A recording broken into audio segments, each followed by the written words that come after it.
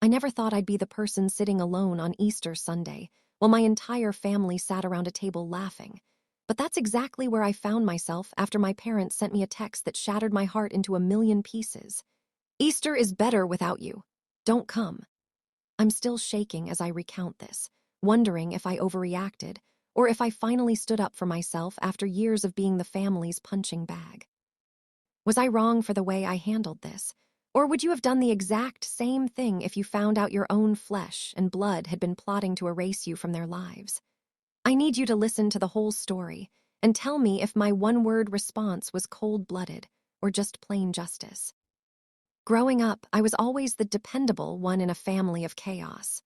My older sister, Chloe, was the golden child who could do no wrong, despite being a professional bridge burner, and my younger brother, Leo, was the perpetual baby who needed his rent paid well into his late 20s. Then there was me.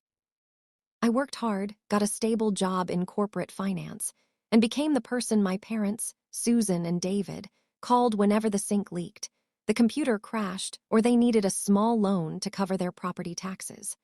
For years, I played the role of the dutiful son, thinking that if I just provided enough support, I'd finally earn the same effortless affection they showered on Chloe.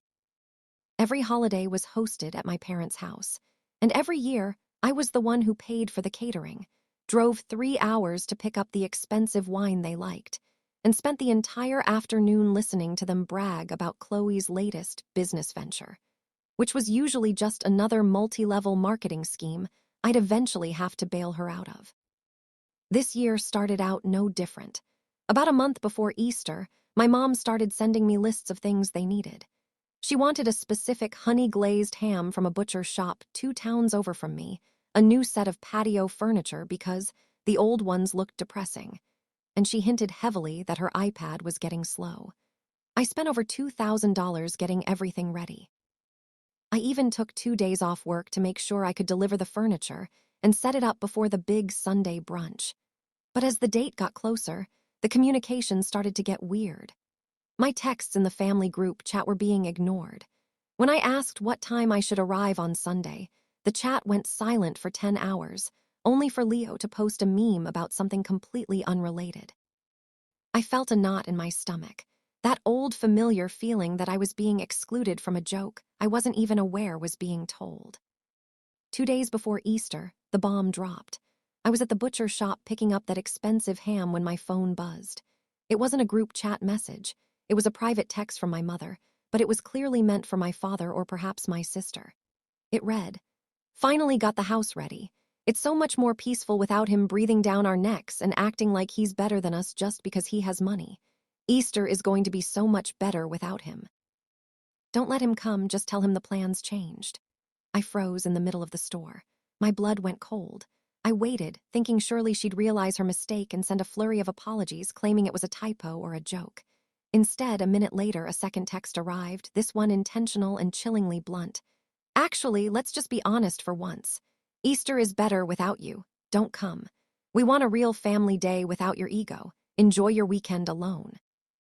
I stood there holding a 15-pound ham, staring at my screen until the display timed out. The ego she was talking about was apparently me asking for a thank you, once in a while, or maybe it was the fact that I dared to have a successful career while my siblings struggled. I realized in that moment that they didn't love me. They loved my wallet, and they had finally decided that even the money wasn't worth the guilt they felt for being around someone who reminded them of their own failures. I didn't cry. I didn't scream. I felt a strange, icy calm wash over me. I walked back to the butcher's counter, returned the ham, and drove straight to the furniture store where I had a pending delivery scheduled for my parents' house for the following morning. So that's the situation I was in. I had spent thousands of dollars, dozens of hours, and years of emotional labor on people who just told me the holiday would be better if I didn't exist. I had to make a choice. Do I beg for their love? Do I ghost them? Or do I burn the bridge they were already trying to kick me off of? Before I tell you what I did, and the single word I texted back that sent their entire world into a tailspin, I want you to pause and comment below. What would you have done in my shoes? Would you have tried to talk it out, or would you have gone for the throat? I spent the next 3 hours making phone calls. First, I canceled the patio furniture delivery and got a full refund. Then, I called the florist and canceled the massive spring arrangement I'd ordered for my mom. Finally, I went into my bank app. You see, my parents' house was technically in a trust that I helped manage, and I had been paying the insurance and the gardener for the last 3 years because they couldn't figure out the online portal. I didn't just stop the future payments. I flagged the last 3 months of unauthorized utility transfers that I'd covered as a courtesy, knowing it would trigger an immediate investigation and a temporary shutoff of their services. Then I looked at that hateful text one last time. Easter is better without you, don't come. I typed out a single word and hit send. Acknowledged. That was it. No, how could you? No, I hate you. No, after all I've done. Just acknowledged. I turned my phone off, packed a bag, and drove to a luxury spa resort 3 hours in the opposite direction.